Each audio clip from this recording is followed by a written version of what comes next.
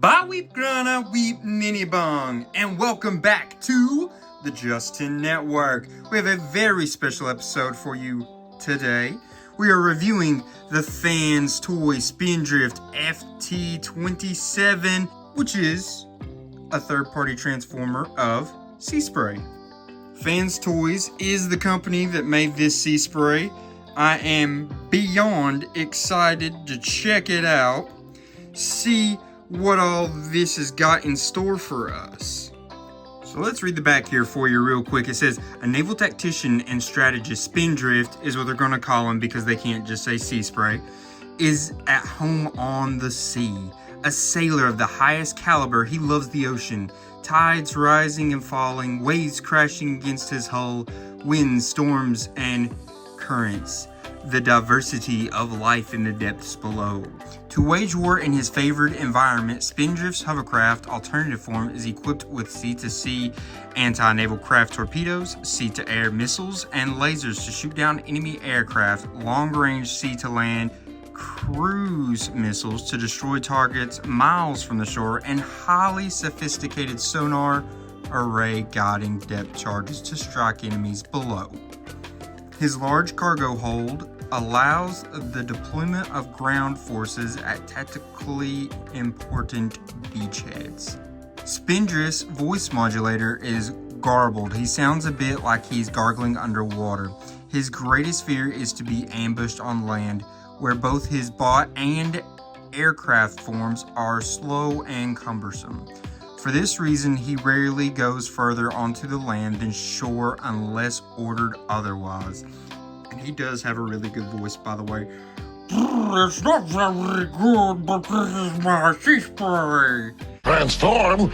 Do you really think that I would disappear like the drawings?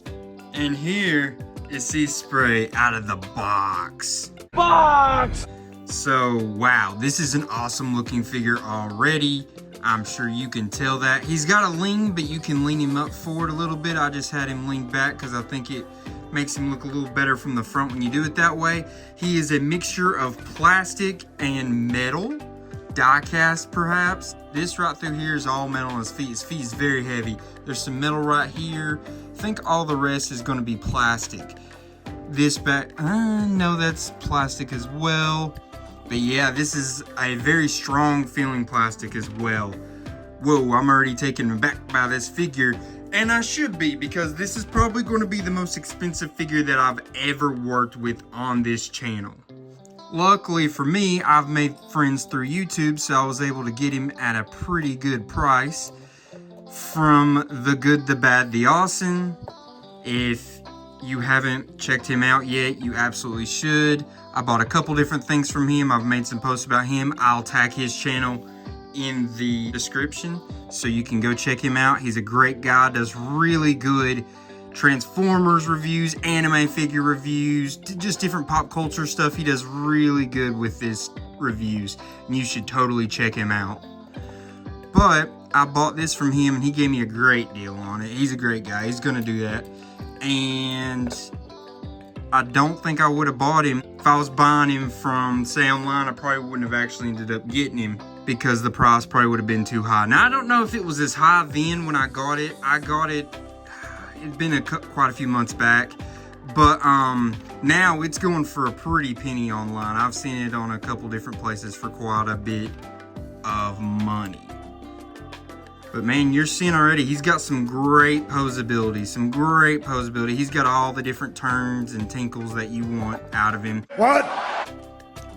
I did buy him from The Good, The Bad, The Awesome at Fanboy Anime Toys Games, right, in Knoxville.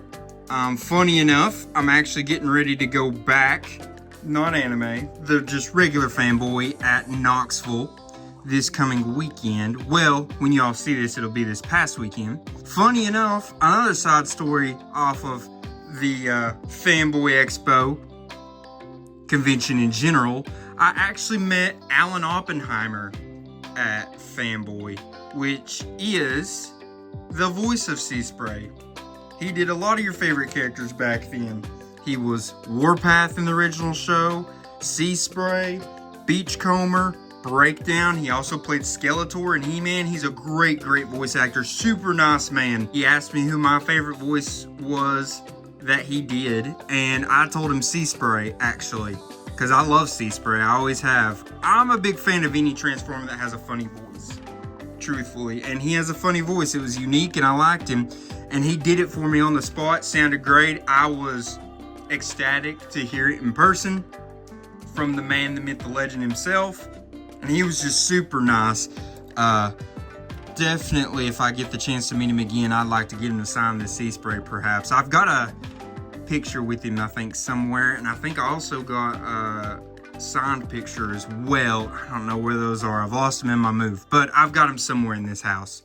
Let's see with his arms while we've got him. Can he? Absolutely. T-pose central right up in here, baby. You saw he had great turns. He had the bicep, he had it at the wrist. He can do all kinds of extra turns right there. Say, yo ho! I guess he wouldn't say it like that, though. It would be more of a, yo ho! I'm telling you, my Seaspray's not great. I'm attempting, though. It may make me sound stupid, but I'm attempting it. He did come with some accessories. Got his little blaster here. Nice looking blue color. I think his colors overall look really good. I actually think they look better in person than they do on camera. His colors, his everything, I'm going to say, looks just a smidge better in person than it does on the camera. So on the inside of his hand here, it does have a little peg for this to clip into. Let's see if I can do that pretty easily here. It will plug into that peg easily. Silly me, I had his arm turned the wrong way. It needs to be turned like that. Yeah, that makes more sense now, and it plugs in there good because his hand was getting in the way with it turned the wrong way. Now he's turned the right way. Gun fits in there very good, very tightly. You're going to be able to do a lot of different stuff with him there. As you can see, I did accidentally knock it out. I don't think that was about it not being tight. I think that was my finger caught it. He also is going to come with these two little blasters here you can put on the side of his arms. They're going to plug in. They're going to plug in tight, but that's good so you don't lose them. That's why it accidentally flicked out on me, because I didn't realize how tightly they were going to be going in there. So you do got to not force them in there, but you got to give them a little push to get them in there to stay in there, which is good so they don't fall out or anything. I will say, as I'm messing around with him a little bit, where he's got so much movement in his knee, where there's two different joints, there's the one there and the one there, it is a little hard to get him to stand super straight. He wants to do some leans and such, which is, I mean, that's fine. If you're just setting him up to pose, no big deal. It's when you're moving him around like I am. But you're not going to be moving him around a lot. You're going to be setting him in the pose you like him in. He's going to go up to stand to look at. So that's not really an issue. That's actually a good thing, having those extra joints in his knee for more movement, more posability. I'm just having a little bit of an issue with it because I'm moving him around so much. And then lastly, for his accessories, he comes with an extra head. So you're going to be able to switch out these heads. As you can see, one's more bulky, one's more rounded. Should be an easy, let's see.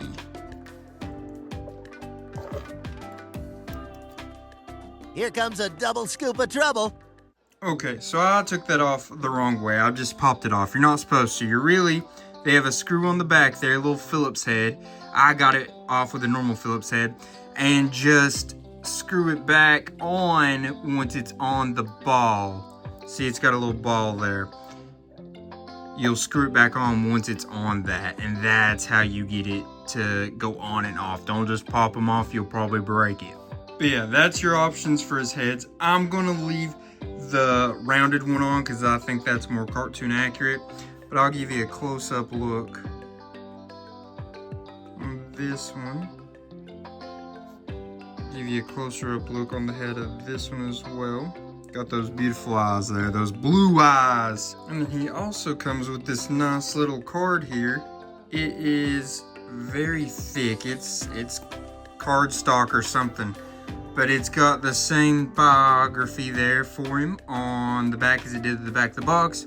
Got his little alt mode here, it says Dyna mode on it. Then it's got I'm assuming rankings on like intelligence, strength, things like that. Don't know, I'd have to look up what each of those Chinese lettering is showing. But yeah, that's pretty cool. I thought that it came with that. This is a pretty solid little card here. One last thing I did want to talk about is how nice the back looks. I mean, yeah, there's screws and such that you're going to see, but there's not a whole lot of just kibble stuff in the way there that's useless or not needed. It's not hollow looking. It looks all pretty solid of what you would expect the back to look if he was real. You know what I'm saying? So with his feet here, they do have ankle rockers. They can, let's see, they don't kick up any, but they can go down a little bit. He can point his toes. He also will, I'm believing, be able to do, oh yeah, full Jean-Claude Van Damme, toes up and everything. He's got it. He's got it in the bag. Easy breezy for this guy. Easy, breezy, beautiful. Seaspray. Yeah, that's pretty nice. They did a really good job on this bot mode. So let's get him transformed, see what we're working with on the alt mode. All right, and here is Seaspray in his hovercraft mode, just gonna fly across the sea. You know what I'm saying? You see the image, you see the direction we're going in.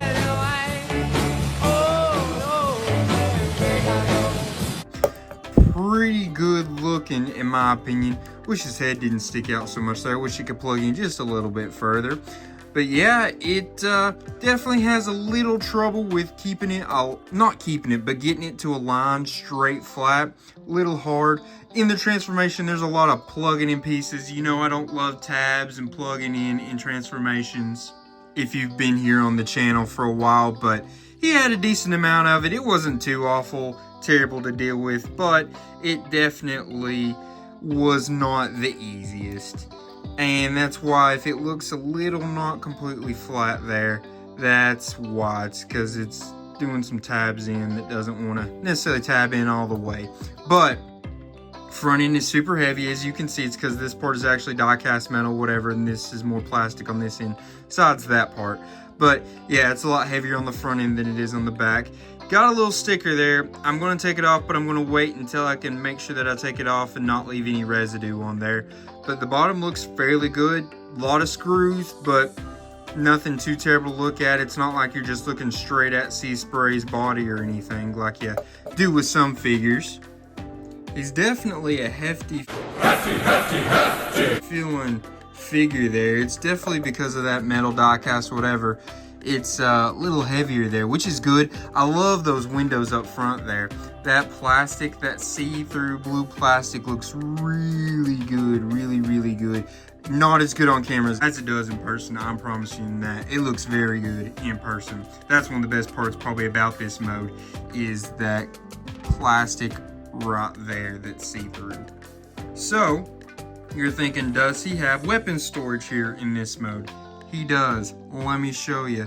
So for these, they are going to plug in right, you see right there? They can plug in, or is it the one next to them? It's the one next to it. So it's that one on the outside that they can plug into. And that's what it looks like with just those on there. Looks pretty good. And then for his hand blaster, the bigger one, you will open this up just a tad here. There's going to be little spots that those can plug in, like for his hands. Let's see if I can get them in there. And that'll plug in like that. Probably be easier to do that in transformation. Maybe, not for sure. You may have to do it after you've got him actually fully transformed. But that's the way that looks like there. I think his storage looks very good. I think one of the main parts I had an issue with on his alt mode here was it looked bare right up here. It looked like there was a lot of empty space. Well, there you go. That fixes that. And I think that gives a good look, a good addition where it's like, it looks like it's supposed to be like that. A lot of times when you have weapon storage in their alt mode, it's just like, oh, you threw a gun on the side of a car. It doesn't look like it actually is supposed to be there though. That's just what we did. But with this, it actually looks like they're supposed to be there just naturally. And I like that a lot. That looks very good. So one thing, this little crossbar You see it there, that little cross piece? It folds in a little bit when you're messing around with opening this part, and it's hard to get it to come back up if you're not thinking about it before you do it. So I'd have to pull it back apart, push it back up. I'm not gonna do it right now, I don't feel like it. These guns also, the hole is a little too deep for them, I guess, so they will lean down like that. It's a simple fix, just push it back up. But I do wish that was a little more sturdy so they stayed up pointing upwards. It looks a little better like that in my opinion, if you can see what I'm talking about. But that's obviously just me nitpicking. This is a very, very good figure, but it's also very expensive, so I can nitpick it a little more than I could your average figure. I guess you could say that's, you know, $30 or less. He doesn't have any wheels or anything on the bottom, which makes sense. I wouldn't think you would. It's not, like I said, this is not really a toy. This is more of a collectible. This is made more for your adult fans, I would say. I do think you could play with it pretty roughly, and it would be fine for a kid. But it is more of a collector's piece than a toy, in my opinion. Got a little bit of a scuff up there in the paint. Don't know if it was like that or if I did that. It may just be something a little Goo Gone can get off there if you see that. So while we've got him here in this mode, how about we go ahead and measure him out here from the end to, we'll go the end of his propeller. Lengthwise, gonna be about, let's say 4 3/8 inches, pretty darn close. And then widthwise, he's gonna be, I'll say 2 1/4 inches probably. Height, we're going to measure to the top of this because where the propellers spin, it's going to be, I'm talking 1 3/4 inches probably. Not very tall, not very tall, but man, it's sturdy. It's got a lot of strength feeling to it. It's heavy, like it a lot.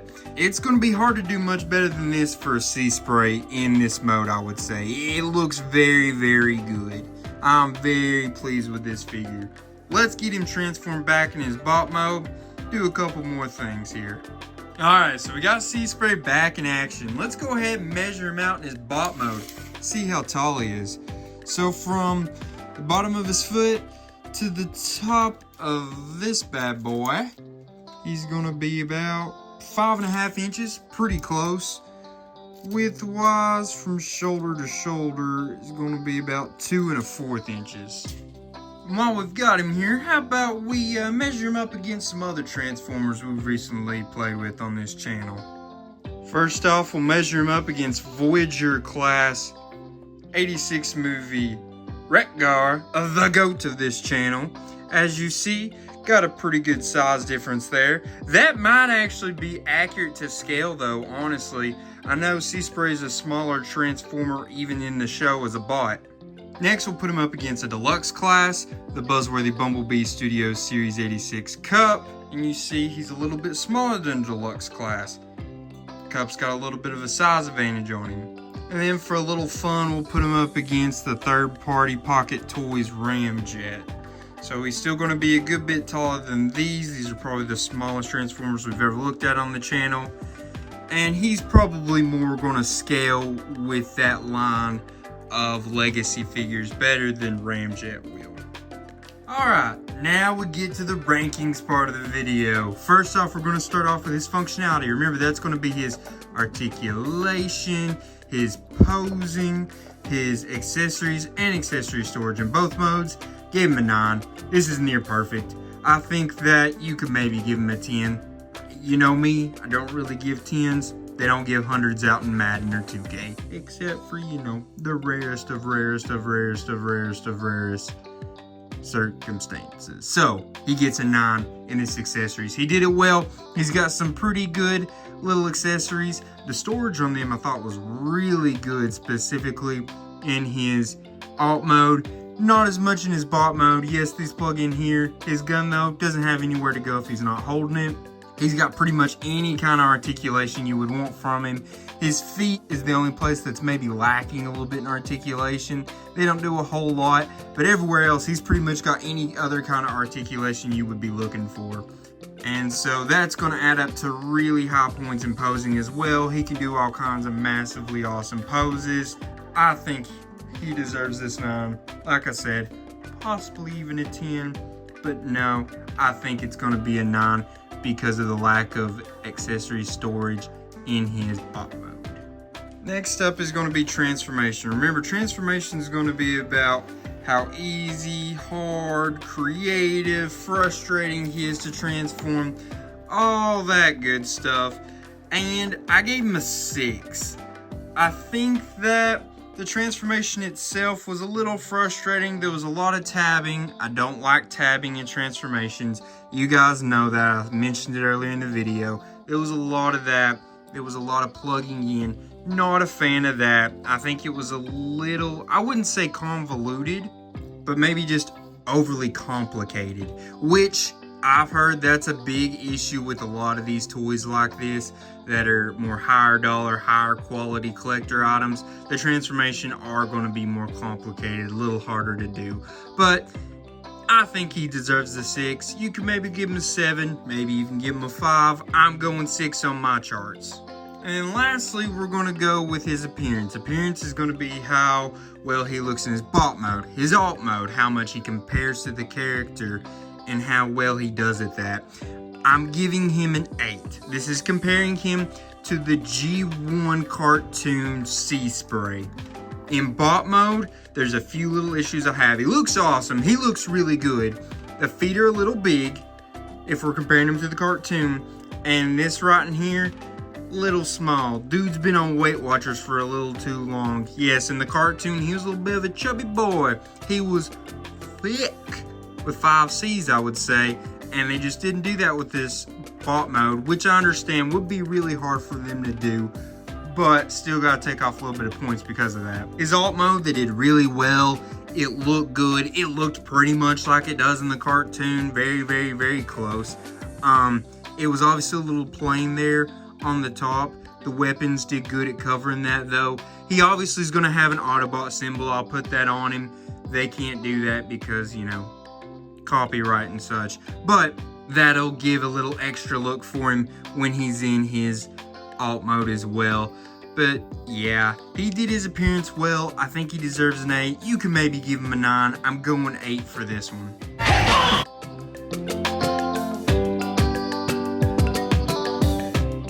So that's going to do it for Seaspray. Pretty good figure, I'd say. Is it worth the price? Up to you. But overall, this is a really good Seaspray. So if you just want a really good Seaspray to have set up, look at it. Pretty good. I mean, maybe it is worth the price. I don't know. I don't usually get too expensive Transformers. You guys know a lot of the Transformers I review are on the cheaper side. I think it's just more fun. It allows me to do more videos and more to mess with. But yeah, I just want to say, you know, salute to Alan Oppenheimer. Salute to the Good, the Bad, the Awesome YouTube channel. Salute to Fanboy Expo in Knoxville. And salute to you guys, because you guys are the reason I keep doing this. Well, I really enjoy it also, but your guys' support and views and likes and comments is also very helpful, and I really appreciate that as well. But guys, that's going to wrap up this video. Just remember, until all are one, peace.